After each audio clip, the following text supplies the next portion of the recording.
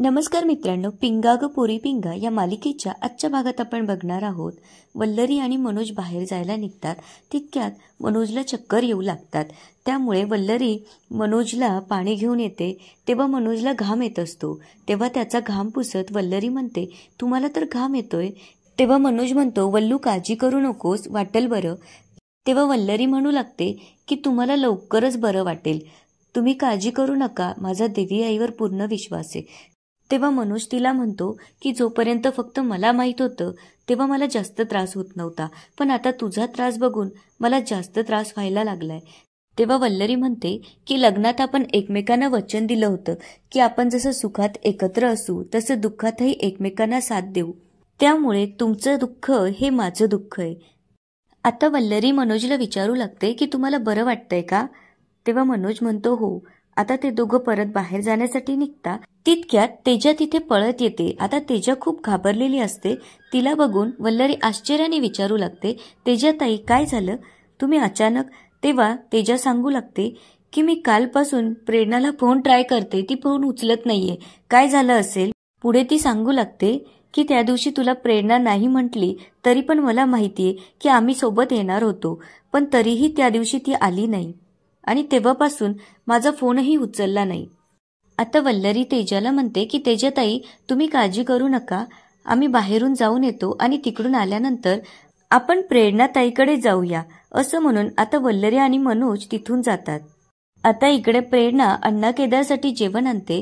तेव्हा तिच्या जेवणाचं कौतुक करत अण्णा केदार म्हणू लागतो, वा प्रेरणा, काय जेवण बनवलंस, खूप दिवसांनंतर मी घरचं जेवण करतोय, रोज हॉटेलचं जेवण खाऊन कंटाळा आला होता. पुढे तो म्हणतो की मिरची जरा कमी आहे, पण माझ्यासोबत राहून त्याची सवय होईल तुला. पुढे तो म्हणतो, तू उभी कायस, बस. तेव्हा प्रेरणा मात्र उभीच असते. तेव्हा तो तिच्यावर ओरडत म्हणतो, तुला सांगितलं ना बस म्हणून. आता प्रेरणा बसते. तितक्यात प्रेरणाच्या मोबाईलवर अजितचा फोन येतो. आता प्रेरणा जेव्हा हे बघते तेव्हा ती फोन उचलायला जाते.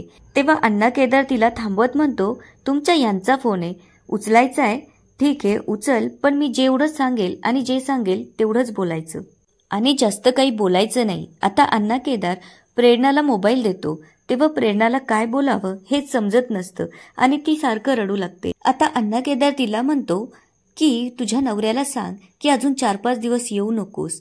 आता प्रेरणाने फोन उचललेला असतो. तेव्हा अजित तिकडून हॅलो प्रेरणा असं म्हणतो. तेव्हा प्रेरणा डोळे पुसत त्याला विचारू लागते की पोहोचलास का तू. तेव्हा तो सांगू लागतो की हो.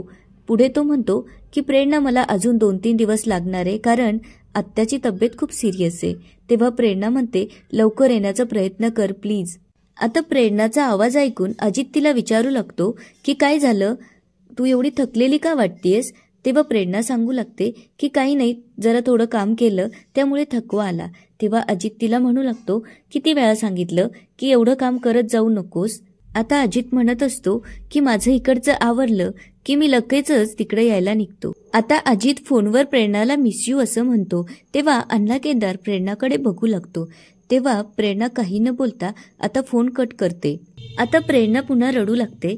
तेव्हा अण्णा केदार तिला म्हणतो, तुला किती वेळा सांगितलं असं रडत जाऊ नकोस, मला कसं तरी होतं तुला रडताना बघून. आता जा आणि माझ्यासाठी खायला घेऊन ये. आता प्रेरणा जेव्हा जाऊ लागते तेव्हा अण्णा केदार तिच्याकडचा मोबाईल घेऊन टाकतो.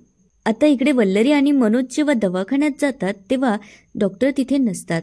आता घरी आल्यानंतर ते विचार करू लागतात की डॉक्टर कुठे गेले असतील. तेव्हा मनोज म्हणतो की मी आजवर जेवढ्या वेळेस दवाखान्यात गेलो तेवढ्या वेळेस डॉक्टर दवाखान्यातच असायचे, पण आज अचानक कुठे गेले असतील. तेव्हा वल्लरी म्हणते की आजूबाजूचे लोक म्हणत होते की डॉक्टर खूप घाई गडबडीत बाहेर गेलेत. तेव्हा वल्लरीला डाऊट येतो आणि म्हणतो, मला काहीतरी विचित्र वाटतंय, यामागे डॉक्टरांचं नक्कीच काहीतरी षडयंत्र दिसतंय. तेव्हा पुष्पा त्यांना आरतीसाठी बोलवायला येते. त्यामुळे मनोज आणि वल्लरी आरतीसाठी येतात. आता इकडे अण्णा केदारला जेवण झाल्यानंतर झोप येऊ लागते. त्यामुळे तो प्रेरणाचा हातात हात पकडून झोपतो. आता प्रेरणाला सगळ्या झालेल्या गोष्टी आठवू लागतात. अण्णा केदारने तिचा काढलेला व्हिडिओ, त्यानंतर त्याने तिला दिलेली धमकी. तेव्हा प्रेरणा आणखीच घाबरते आणि आता काय करावं हेच तिला समजत नसतं. अण्णा केदार आता गाढ झोपलेला असतो. तेव्हा अचानक त्याचा हातातला हात सुटतो. याच संधीचा फायदा घेत आता प्रेरणा तिथून पटकन उठून आत येते आणि आतून दरवाजा लावून घेते. आता कालपासून होत असलेल्या छळाला प्रेरणा कंटाळलेली असते, त्यामुळे अचानक तिच्या मनात आत्महत्येचा विचार येऊ लागतो. आता इकडे अण्णा केदारला अचानक जाग येते आणि तो बघतो तर प्रेरणा तिथे नसते. त्यामुळे तो पळतच जाऊन दरवाजाकडे जातो तर दरवाजाला लॉक असतं. तेव्हा तो विचार करू लागतो की प्रेरणा कुठे गेली असेल. आता इकडे प्रेरणा फॅनला ओढणी बांधून फाशी घेण्याचा प्रयत्न करत असते. तितक्यात अण्णा केदार तिथे येतो. तिला बघितल्यानंतर आता तो खूप घाबरतो आणि तिला पटकन खाली उतरवत म्हणतो, अगं प्रेरणा, हे काय करत होतीस तू? तू एवढ्या लवकर मरायचं नाहीस, कारण अजून आपल्याला संसार करायचा आहे आणि मला तुझ्या लेकराचा बाप व्हायचंय. हे ऐकल्यानंतर आता प्रेरणा आणखीच रडू लागते. तेव्हा अण्णा केदार तिला म्हणू लागतो की तुला मी एकदम मरू देणार नाही, तुला असं तुकड्या तुकड्यात मेलेलं बघायचंय. असं म्हणत आता तो तिचा हात धरत तिला तिथून ओढून नेतो. आता इकडे मनोज आणि वल्लरी दुसऱ्या डॉक्टरांकडे जायला निघतात. तेव्हा पुष्पा त्यांना विचारू लागते की तुम्ही बाहेर जात आहात का? पुढे ती म्हणते की कोणी निघताना त्यांना असं कुठे चालले विचारायचं नसतं, पण स्वयंपाकाचं काय करायचं? म्हणजे तुम्ही जेवायला घरी येणार आहे का?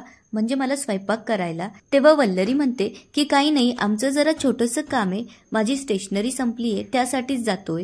तितक्यात वल्लरीचा फोन वाजू लागतो. त्यामुळे फोनवर बोलण्यासाठी वल्लरी बाजूला जाते. तेव्हा पुष्पा मनोजला म्हणते की भाऊजी तीर्थ घ्या. असं म्हणत आता ती मुद्दामच त्याच्या अंगावरती तीर्थ सांडवते.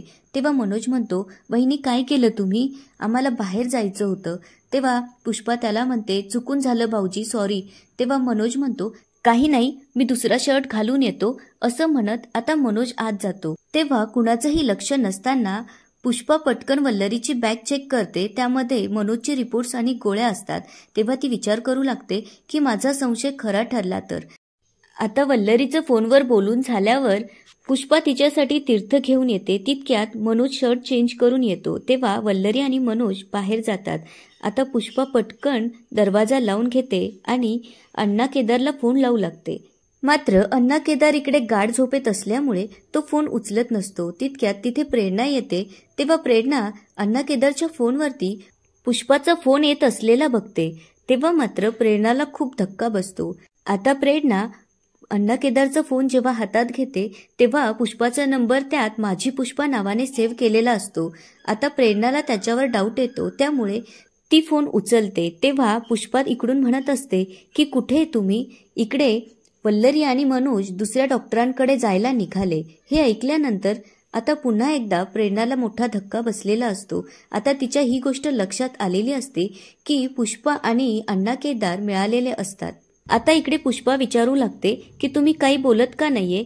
तितक्यात प्रेरणा फोन कट करते. तेव्हा पुष्पा म्हणते की काय करावं ह्या माणसाचं. आणि याच ठिकाणी आजचा एपिसोड संपतो. आता पुढे काय होणार ते बघूया उद्याच्या एपिसोडमध्ये. धन्यवाद.